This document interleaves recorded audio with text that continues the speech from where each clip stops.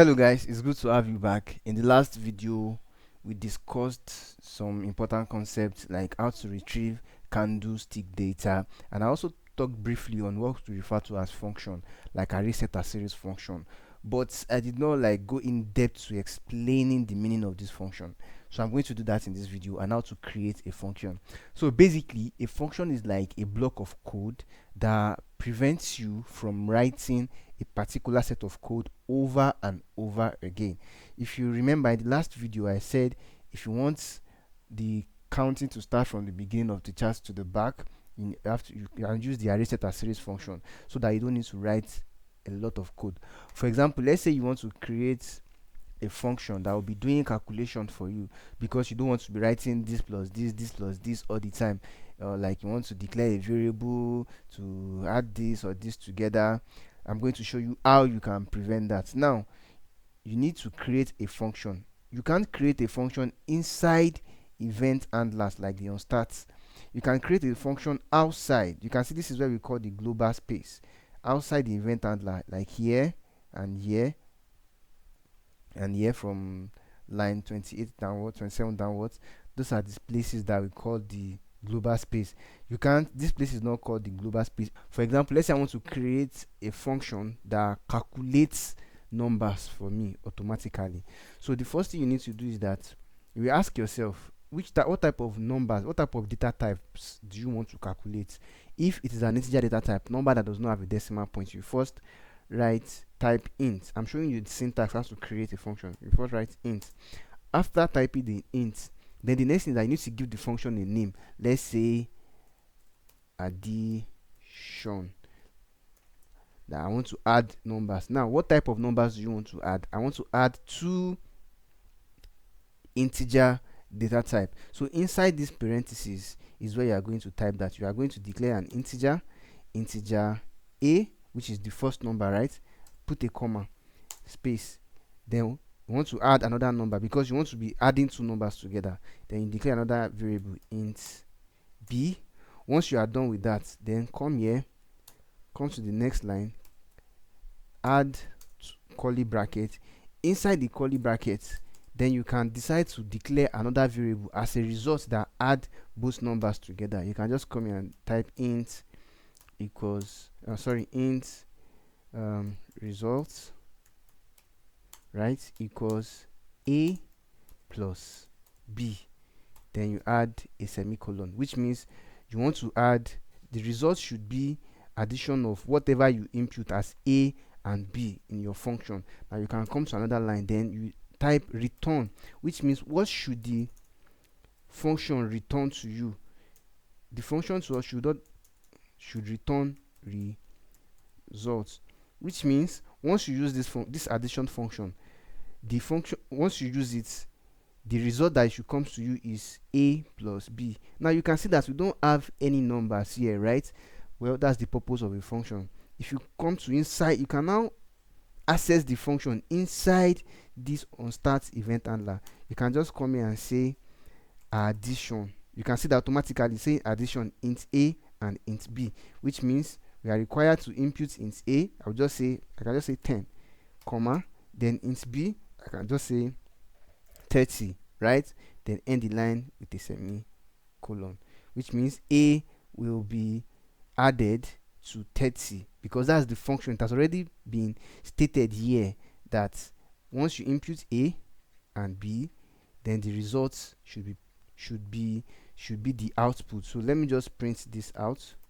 Let me see if I can get 10 plus 30. That should be around, okay, can I see that the result is 40? Why? Because the addition of 10 plus 30 is equal to 40. So instead of declaring multiple variables to add two numbers together, you can just use a function, and at any point in your code you can decide to change it. Let me come here and change this to 50. Compile. If I come here, run the script, then it will change to 40. Why? Because 50 plus 30 is going to be 80. Now let me create another function for So if you want your code to look more nice, you can come to tool, then click on code styler. It is going to make it look more nice and well arranged. Now let us create another one that multiplies, that subtracts number from each other. Let me just come here. What did I say? Always, what type of data type do you want to return? What type of data type are you working with? Let's say it is double this time around. Double, right? Then what do you want to call this type of this function? Let us call it multiplication, right? Open a bracket. Inside this bracket, then declare, maybe it is two variables or three variables that you want to use. You can declare everything here. You can just say int c, that's the first one, right? Then followed by int d. You declare two variables inside the parentheses, right?